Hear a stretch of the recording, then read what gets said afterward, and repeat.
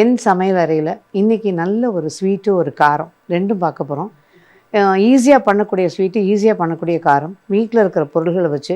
அது மட்டும் இல்லாமல் இது கிறிஸ்மஸ்ஸு, நியூ இயர் எதுக்காக இருந்தாலும் பண்ணுறோம். ஏங்க பண்டிகை சும்மா நாள்லேயே குழந்தைங்களுக்கு பாரம்பரியமான பலகாரங்களை பண்ணி கொடுத்து சந்தோஷப்படுத்தலாமே. அந்த வகையில் தான் இன்றைக்கி நம்ம பார்க்க போகிற கல்கல்ஸுன்னு சொல்கிற சங்கு செடியும் அதோட கூட ரிப்பன் பக்கோடாவும். அது ரெண்டும் தான் இன்றைக்கி எப்படி பண்ணணும்னு பார்க்க போகிறோம். ஸோ இப்போ பார்க்க போகிற இந்த சங்கு செடிக்கு, அதாவது கல்கல்ஸுக்கு என்னென்ன தேவைன்னு பார்த்துக்கலாம். அதுக்கப்புறம் அது எப்படி பண்ணுறதுன்னு பார்க்கலாம். கல்கல் செய்ய தேவையான பொருட்கள்: கோதுமை மாவு 1 கப், வெல்லம் 1/4 கப், ஏலக்காய் தூள் 1/4 டீஸ்பூன், வெண்ணெய் 1 டீஸ்பூன், எண்ணெய் பொரிப்பதற்கு. இப்போ இந்த கல்கல்ஸுக்கு தேவையான பொருள்லாம் பார்த்தோம் இல்லையா. இதுக்கு பார்த்திங்கன்னா நான் இன்றைக்கி வெண்ணெய் எடுத்து வச்சுருக்கேன். இது உப்பு சேர்க்காத வெண்ணெய். 1 கப்பு மாவுக்கு எடுத்துக்கிட்டோம் அப்படின்னா நல்ல ஒரு டேபிள் ஸ்பூன் அளவுக்கு நம்ம அதில் வெண்ணெய் எடுத்துக்கணும். அவ்வளோதான். இதை ஓரளவுக்கு கையில் நல்லா குழச்சிக்கலாம். சில பேர் சோடா மாவு சேர்ப்பாங்க, சில பேர் வெறும்னே பண்ணுவாங்க. இது நம்மளோட விருப்பம் தாங்க. நான் சோடா மாவு சேர்க்கலை, வெறும் வெண்ணெயை வச்சு தான் பண்ண போகிறேன். இந்த வெண்ணெய் கொஞ்சம் லேசாக வெளுத்து வர மாதிரி பண்ணிப்போம்.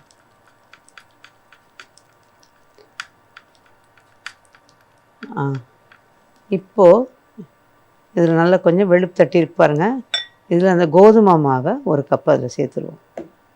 சேர்த்துட்டு முதல்ல இந்த வெண்ணெயை நல்லா பெசரிக்குங்க.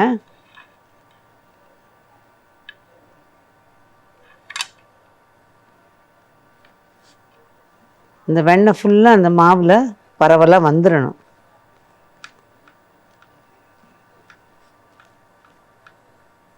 இப்போ இதில் லேசாக தண்ணி தெளித்து மாவை கெட்டியாக பிசைஞ்சிக்கணும். தண்ணி ஊற்றிடக்கூடாது, லேசாக தெளிச்சுக்குங்க. சப்பாத்தி மாவு பதத்துக்கு பிசைஞ்சிக்கணும்னு வச்சுக்கோங்க.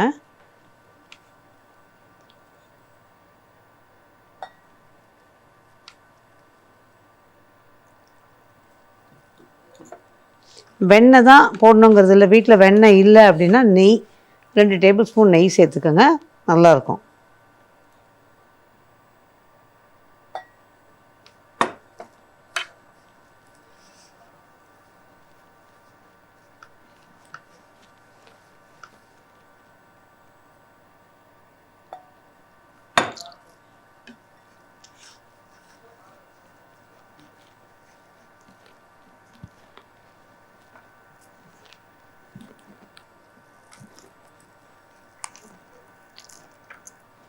இப்போ இது மாவு பிசைஞ்சாச்சு.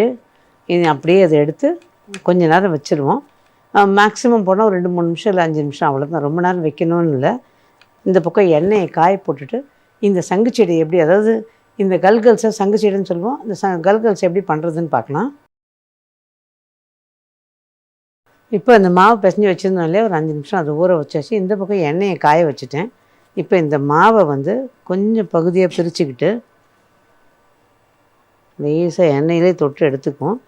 இதை கூடின மட்டும் சின்னதாக பண்ணிங்கன்னா சீக்கிரம் வெந்து நமக்கு நல்லாயிருக்கும். குட்டி குட்டி உருண்டை அந்த மாதிரி சீடை உருண்டை மாதிரி, இந்த உப்பு சீடை இருக்கு இல்லையா, அந்த சைஸுக்கு உருட்டி போட்டுக்கிட்டிங்கன்னா போதும். அவ்வளோதான். இந்த சைஸுக்கு உருட்டிட்டு இது எப்படி தேய்க்கணும்னு காமிக்கிறேன். நான் இன்றைக்கி ஒரு மனையை வச்சு பண்ணுறேன். இந்த மனை குட்டி மனை இல்லை அப்படின்னா சீப்பு இருக்கும் இல்லையா, அந்த புது சீப்பாக வச்சு அந்த சீப்பில் தேய்ச்சிட்டு பண்ணிங்கனாலும் வந்துடும். ஆரம்ப நாட்கள்லாம் பார்த்திங்கன்னா இந்த சீப்பை வச்சு தான் எங்கள் வீடுங்கள்லாம் பண்ணுவாங்க. புது சீப்பு வாங்கிட்டு சொல்லி அன்றைக்கி இந்த பலகாரம் பண்ணி தரணும்னு சொல்லிட்டு பண்ணி தருவாங்க. மனை செட்டிநாடு பக்கம்தான் ரொம்ப ஃபேமஸ். என்னென்னா அங்கெல்லாம் அப்போ சீப்பு சீடைன்னு பண்ணுவாங்க. அது இந்த மனையில் தேய்ச்சி தான் பண்ணுவாங்க. இப்போல்லாம் அதுக்குன்னு பிழிகிற கட்டையே வந்துருச்சு, அதனால் அது ஈஸியாக போயிடுச்சு. முந்தி இந்த மனையை வச்சு தான் பண்ணுவாங்க. இப்போ நம்ம போட்டாச்சு. கூடின மட்டும் ஒரே அளவு உருண்டைகளை உருட்டுங்க. அப்போ வேகும்போது ஒன்று வெந்து ஒன்று வேகாமல் அப்படி இருக்காது, கரெக்டாக இருக்கும். அவ்வளோதான். நான் சொன்னது இந்த மனை தான். இப்போ பார்த்திங்கன்னா தெரியும், இதில் வரி வரியாக இந்த கோடுகள் போட்டிருக்கு பாருங்கள். இந்த மனை தான் உங்களுக்கு தேய்க்கிறதுக்கு ஈஸியாக இருக்கும், நல்லாயிருக்கும். இந்த மனை இருந்தால் சரி, இல்லைன்னா சீப்பு, அவ்வளோதான். அல்லது இந்த சீப்பும் புதுசாக போய் வாங்க முடியும்னு நினைக்கிறவங்க ஃபோர்க் இருக்கு இல்லையா, ஃபோர்க்லேயும் அந்த முனையில், அந்த முள் முனையில் வந்து வச்சு தேய்ச்சிங்கன்னா கரெக்டாக இருக்கும். ஸோ இதில் வந்து கொஞ்சமாக நெய் தடவிக்கிங்க. இந்த மனையில் நெய் தடவிட்டு இந்த உருண்டையில் ஒன்றை வச்சு இப்படி தேய்ச்சிங்கன்னா இப்படி உருண்டுக்கிட்டு வந்துடும்.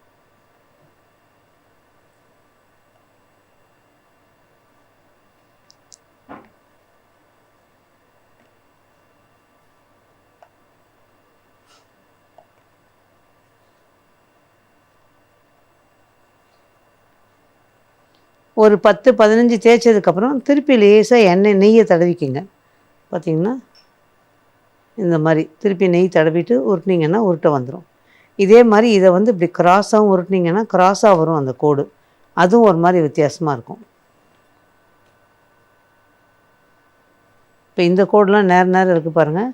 இந்த கோடு கிராஸாக இருக்குது பாருங்கள். அந்த மாதிரி இது கிராஸாக வச்சு ஒட்டிக்கலாம். அவ்வளோதான்.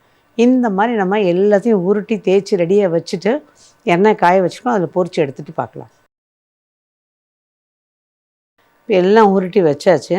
எண்ணெயும் காய போட்டிருந்தேன், காஞ்சிருக்கு. இந்த எண்ணெயில் இப்படி கிள்ளி போட்டு பார்ப்போம். ரெடியாக காஞ்சிருக்குது. இதில் வந்து இந்த சீப்பு இல்லை, ஃபோர்க் இல்லை, மணை இல்லை, எதுவுன்னா கவலையே பட வேணாம். கையில் வச்சு இப்படி உருட்டி எடுத்துருங்க. எண்ணெய் உங்களுக்கு கோடு தான் வராது. இப்போ இதில் வந்து நம்ம மெதுவாக போட்டுடலாம். இது கொஞ்சம் கொஞ்சமாக அள்ளி போடலாம், ஒட்டிக்காது. ஏன்னா அதனோட தன்மை அந்த மாதிரி. அதனால் அப்படியே காஞ்சிட்ருக்க எண்ணெயில் காஞ்சி ரெடியாக இருக்குது. இதை நம்ம போட வேண்டியது தான். அது போட்டுக்கிட்டு இருக்கும்போதே லேசாக அப்படியே கலந்து விட்டிங்கன்னா பிரிஞ்சு வந்துடும்.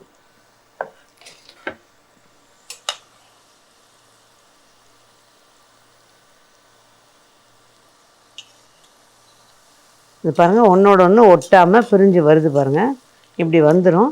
நிதானமாக நல்லா வேக விடணும். தீயை ரொம்ப ஜாஸ்தியும் கூடாது, ரொம்ப கம்மியாகவும் கூடாது. மீடியம் ஃப்ளேமில் வச்சு வேக விடுங்க.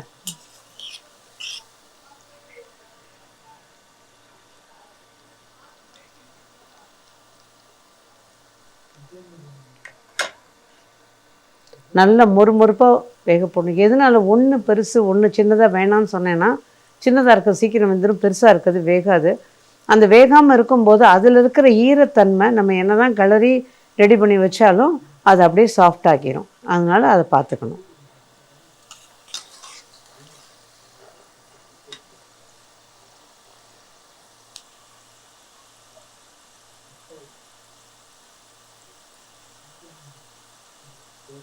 இந்த சங்குச்சீடை வந்து ஆக்சுவலாக அரிசி மாவில் பண்ணணும்னு ட்ரை பண்ணேன். அரிசி மாவில் நல்லா வந்தது. ஆனால் அந்த ஷேப் மட்டும் எனக்கு கரெக்டாக வரல. ஏன்னா இது வந்து அதனோட அந்த இழுவத்தன்மை இருக்கிறதுனால அப்படி உருட்டினோன்னா உருட்டிட்டு வந்துடுது. ஆனால் அரிசி மாவில் எனக்கு அப்படி உருட்ட முடியல. அதனால் நம்ம கொஞ்சம் மெனக்கட வேண்டியிருந்தது. ஆனால் ஆக்சுவலாக அதுலேயுமே ரொம்ப நல்லா வந்தது. ஸோ இதில் வந்து இந்த சங்குச்சீடை தான் அதனோட உருவத்தை வச்சு தான் நம்ம சங்குச்சீடை அப்படிங்கிறது. அதனால் அதுதான் பெரிய இது. இன்றைக்கி சர்க்கரை இல்லாமல் வெல்லமும் நல்ல முத்துன பாகில் சங்குச்செடி சேர்த்திங்கன்னா தான் இது வந்து நல்லா பிறண்டுக்கிட்டு ஒன்றோட ஒன்று இதுவாகி நல்லா பூத்து வந்துடும். அதுக்கப்புறம் ஒரு 2-3 நாளைக்கு இது நல்லாயிருக்கும். சர்க்கரை சேர்க்கும்போது 10-12 நாளைக்கு நல்லாயிருக்கும். இப்போ இது வந்து எடுக்கிறது எப்படின்னா, இது வெந்ததுக்கான அடையாளம் எல்லா பலகாரங்களுக்கும் இருக்கா மாதிரி அந்த சத்தம் அப்படியே நல்ல ஒன்றுமே இல்லாமல் நின்று மிதக்கணும். அதில் அந்த பபிள்ஸ் எல்லாம் ரொம்ப வரும். அந்த பபிள்ஸ் எல்லாம் நல்லா குறைஞ்சிடணும். சத்தம் இல்லாமல் மிதக்குது அப்படின்னா இப்போ அதனுடைய ஈரத்தன்மை ஃபுல்லாக அந்த எண்ணெயில் போயிடுச்சு. அதுக்கப்புறமா நம்ம எடுத்து வச்சோன்னா நல்லாயிருக்கும். அந்த ஈரத்தன்மையோடு எடுத்துட்டிங்க, அவசரம் எனக்கு இன்னும் அடுத்த வேலையை நான் பார்க்கணும் அப்படின்னு நினச்சி எடுத்துட்டிங்க அப்படின்னா அந்த ஈரத்தன்மை இருந்தால் நமுத்து போயிடும். இது நல்லா கொஞ்சம் வெந்துருச்சு. இந்த கொஞ்சம் வேகணும், அந்த சத்தம் இல்லாமல் இருக்கணும். இப்போ இதில் சத்தமும் நல்லா குறைஞ்சிருக்கு, பபிள்ஸ் நல்லா குறைஞ்சிருக்கு. அப்படியே சுற்றி இந்த பபிள்ஸ் நல்லா குறைஞ்சிருக்கு பாருங்கள். ஸோ அவ்வளோதான். இப்போ இதை எடுத்துடலாம். இது வந்து லைட் இந்த ப்ரௌன் ஷேடில் வரும் கோதுமை மாவுனால். மைதா மாவு போட்டிங்கன்னா கொஞ்சம் கலர் கிடைக்கும். அதே சமயம் மைதா மாவில் பார்த்திங்கன்னா நான் என்ன பண்ணுவோம், கலர் ஃபுட் கலர் இருந்து நல்ல கலராக இருந்ததுன்னா ஆர்கானிக் ஃபுட் கலரு விதவிதமான கலர்களில் இந்த மாவு பிசைஞ்சிக்கலாம். அது கொஞ்சம் கலர்ஃபுல்லாக இருக்கும் பார்க்குறதுக்கு. அதுவும் நீங்கள் பண்ணலாம். இப்போ இது வந்து அப்படியே எடுத்துறேன். இது பாருங்கள் அப்படியே மிதக்குது பாருங்கள்.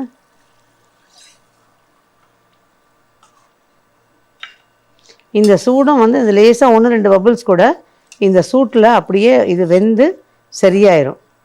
அதனால் கொஞ்சம் பபிள்ஸ் நல்லா குறைஞ்சதுக்கப்புறம் சத்தம் அடங்கினதுக்கப்புறம் எடுங்க. இப்போ இதை எடுத்துட்டு அடுத்து நம்ம வெள்ளை பாகு வைக்கிறது எப்படின்னு பார்க்கலாம். இப்போ இந்த வெள்ளத்தை உருக்கணும் இல்லையா, அந்த உருக்கிறதுக்கு ஒரு பாத்திரம் போட்டிருக்கேன். கிளற தண்ணியை அப்புறமா போட்டுப்போம். உருக்கிறதுக்கு கொஞ்சமாக ஒரு 3 டேபிள் ஸ்பூன் தண்ணி ஊற்றிட்டு வெல்லம் போட்டுடுறேன். வெல்லம் மெதுவாக உருகட்டும். அதே மாதிரி இது கரையிறதுக்குள்ளார இப்போ இந்த சூட்டோடு எடுத்து சாப்பிட்டீங்க அப்படின்னா இந்த கல்கல்ஸ் வந்து அப்படியே சாஃப்டாக நமத்து போன மாதிரியே இருக்கும். அது ஆற ஆற தான் அதனோட கிறிஸ்பு தன்மை அதிகமாகும். இப்போ எடுத்தோம் அப்படின்னா அது வந்து கிறிஸ்பாக இருக்காது. நல்லா கரையிட்டோம். இதில் கொதித்து பாகு வரணும்னு அவசியம் கிடையாது. இது ஜஸ்ட்டு கரைஞ்சால் போதும் நம்ம வடிகட்டுறதுக்கு. இப்போ இது கரைஞ்சாச்சு. இது ஒரு பாத்திரத்தில் நம்ம வடிகட்டிடலாம். இப்போ இதை வந்து வடிகட்டிடலாம்.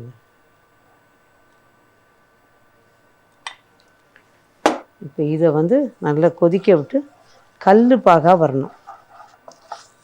நல்லா அப்படியே பூத்து வர பாகாக வரணும். இதோடு இப்போ ஏலக்காய் தூளியும் போட்டுடுவோம். ஒரு கிண்ணத்தில் தண்ணி ரெடியாக வச்சுக்கோங்க.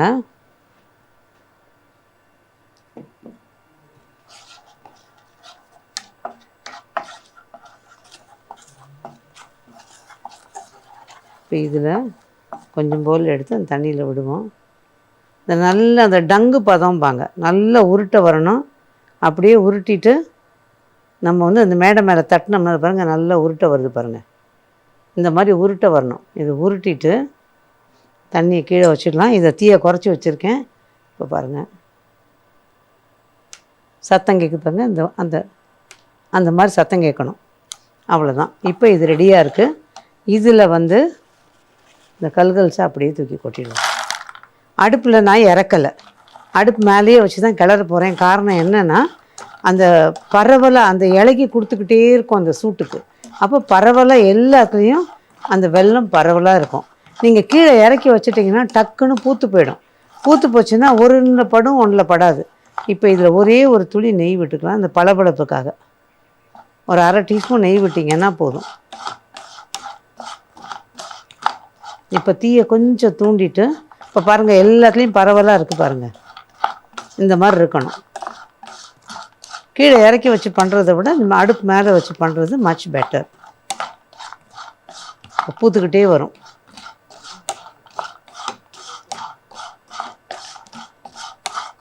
அவ்வளோதான். இப்போ அடுப்பு ஆஃப் பண்ணிட்டோம் அப்படின்னா ஆறின உடனே நல்லா பூத்துக்கிட்டு இதுவாக இருக்கும். இப்போ அடுப்பு ஆஃப் பண்ணிட்டேன். நான் ஒரு பிளேட்டில் போடுறேன்.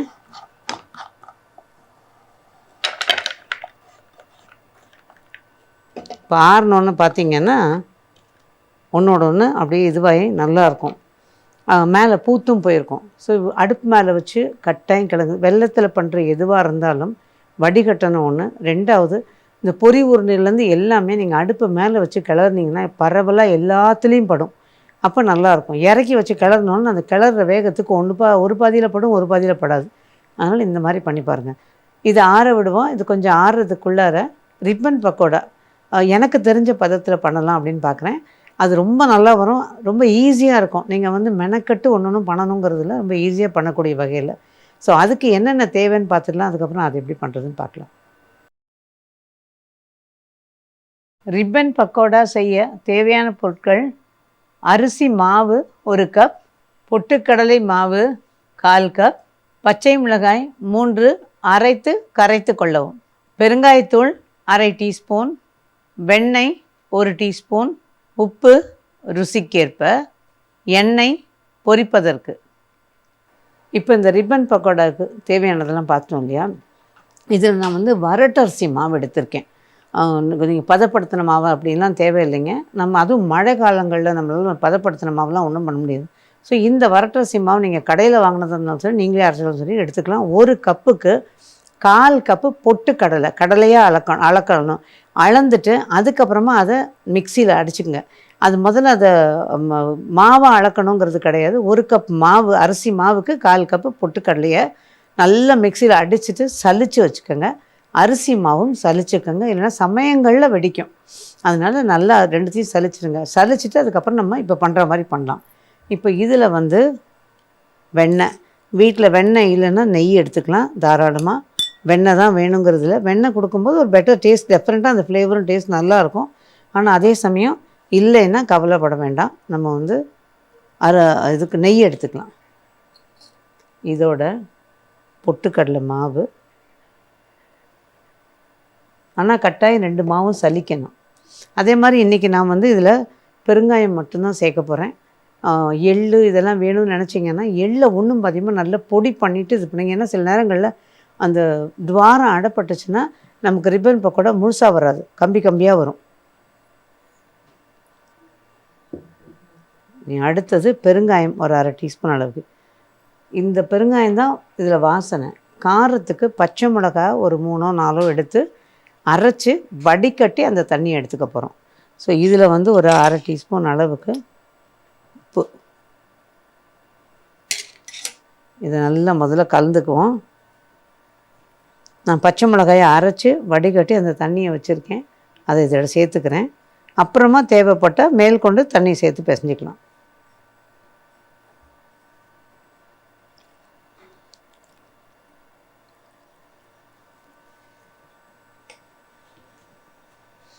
நான் பண்ணும்போது நான் என்ன பண்ணேன், பச்சை மிளகாயோட எள்ளையும் அரைச்சிட்டேன். எள்ளும் அரைச்சிட்டு அதையும் வடிகட்டி இதோடு சேர்த்துட்டேன். நீங்கள் அந்த மாதிரி பண்ணதுனாலும் பண்ணிக்கலாம். பட் சீரகமும் எள்ளோ கொஞ்சம் பார்த்து போட்டுக்கோங்க, பொடி பண்ணி போட்டுக்கோங்க.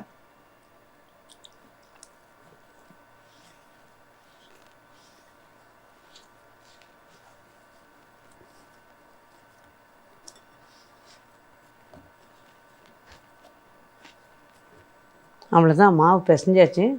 இனி மேலோடு கொஞ்சமாக நெய் விட்டு இதை காயாமல் நம்ம வச்சுக்கணும். அவ்வளோதான். நிறைய பண்ணுறதா இருந்ததுன்னா மொத்தமாக மாவு பிசையாதீங்க, கொஞ்சம் கொஞ்சமாக போட்டு பிசைஞ்சிக்கணும். கலந்து வச்சுக்கோங்க. ட்ரையாக இருக்கிற அரிசி மாவையும் பொட்டுக்கடலை மாவையும் கலந்து வச்சுக்கிட்டு மிஷினில் கொடுத்து அரைக்கிறதா இருந்தாலும் கூட நீங்கள் அப்படியே அரைச்சி எடுத்துக்கலாம். அதுக்கப்புறம் கொண்டு வந்து சலித்து வச்சுக்கிட்டு கொஞ்சம் கொஞ்சம் மாவாக எடுத்து பிசைஞ்சிக்கோங்க. இப்போ இதை புழிய வேண்டியது தான். இது ஒரு 5 நிமிஷம் ஆகட்டும். இப்போ மாவு பிசைஞ்சாச்சு. இந்த கட்டையில் தான் நான் இன்றைக்கி புழிய போகிறேன் ரிப்பன் பக்கோடா. சில இடங்களில் ஒரே நீள்வாக்கிலே இருக்கும். இப்போ எங்கிட்ட இருக்கிறது இந்த ஜிக்ஸாகாக ஒரு பக்கம் நீள்வாக்கில். ஸோ இந்த எந்த கட்டை இருக்கோ உங்ககிட்ட அந்த மாதிரி புழிஞ்சிக்கலாம். எதுவாக இருந்தாலும் அந்த ரிப்பன் பக்கோடா கட்டை வந்து ஓரளவுக்கு மெல்லிசாக இருக்கான்னு பார்த்துக்கங்க. சீக்கிரம் வந்து நிறத்தோடு இருக்கும். இப்போ இது வச்சுக்கலாம். மாவை பொதுவாக வந்து நான் மாவு பிசைஞ்சேன்னா கத்தியால் தான் வெட்டி எடுத்துப்பேன். என்னென்னா கையிலலாம் அப்போ அந்த கட்டையிலலாம் போட்டு அந்த மாதிரிலாம் இல்லை, அப்படியே அப்பிட்டு கட்டையிலலாம் அப்படியே மாவாக இருக்கும். அந்த மாதிரிலாம் இல்லாமல் பார்த்துங்க. அப்போ நம்ம செய்யும்போது நல்லாயிருக்கும். இப்போ இது ரெடியாக வச்சாச்சு. இந்த பக்கம் எண்ணெய் காஞ்சிருக்கான்னு மட்டும் செக் பண்ணிக்கலாம். தீயை குறைச்சி வச்சுருந்தேன், இப்போ தீயை கூட்டிட்டேன். எந்த பலகாரம் பண்ணுறதா இருந்தாலும் தீயை குறைச்சி கூட்டி பண்ணக்கூடாது. ஒன்ஸ் நம்ம இப்போ எண்ணெய் காஞ்சிருச்சு, தீயை ஜாஸ்தி வச்சு புழிஞ்சு விட்டோம்னா அதே தீயிலே வெந்துக்கிட்டு இருக்கணும். இது நீள் வாக்கில் உருட்டி செக் பண்ணிவிடுங்க. இது கரெக்டாக இருக்குது பாருங்கள். இப்போ இந்த ஸ்டேஜில் புழிஞ்சு விட்டுடலாம்.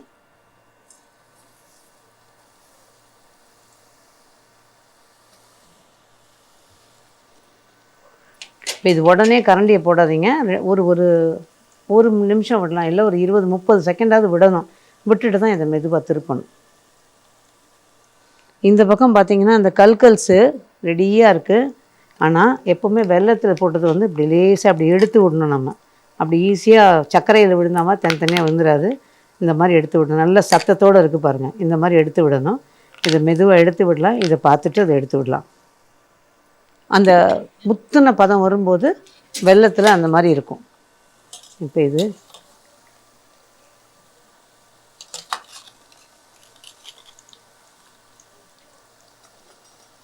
இந்த பக்கம் பிரட்டி விட்டுருக்கேன். இதுவும் வேகட்டும் நல்லா.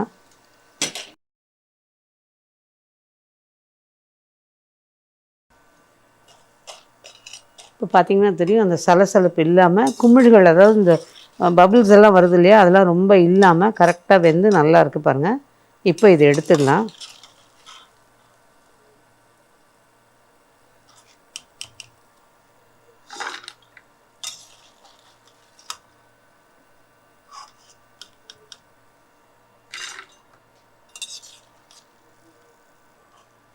வீடுங்களில் வந்து நம்ம இந்த வலை கரண்டின்னு ஒன்று வச்சுருப்போம், வலை மாதிரி போட்டு ஒரு கரண்டி.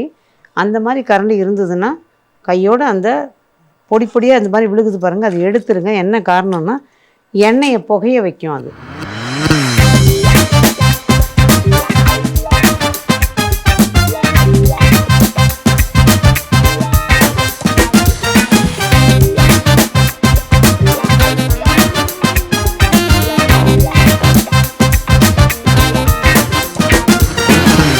இந்த கல்கல்ஸ் பாருங்கள் எடுத்து விட்டுருக்கேன் இல்லையா, இதெல்லாம் வந்து இந்த மாதிரி கலகலன்னு சத்தம் கேட்கணும், அதனால தான் அது பேர் கல்கல்ஸ்.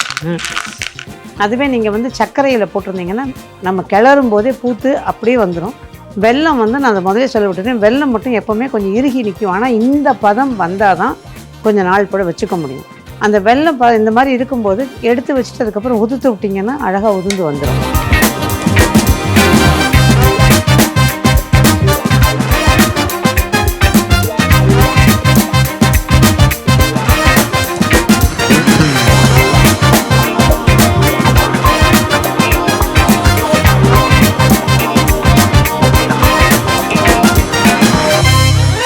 வீட்டில் வந்து பண்டிகை நாள்னு கிடையாது, சாதாரண நாள்லையுமே நம்ம நினச்சா டக்குன்னு பண்ணக்கூடிய அளவில் இந்த ரிப்பன் பக்கோடாவும் இந்த கோதுமை மாவு வெல்லம் எல்லாம் வீட்டில் வச்சுருப்போம்.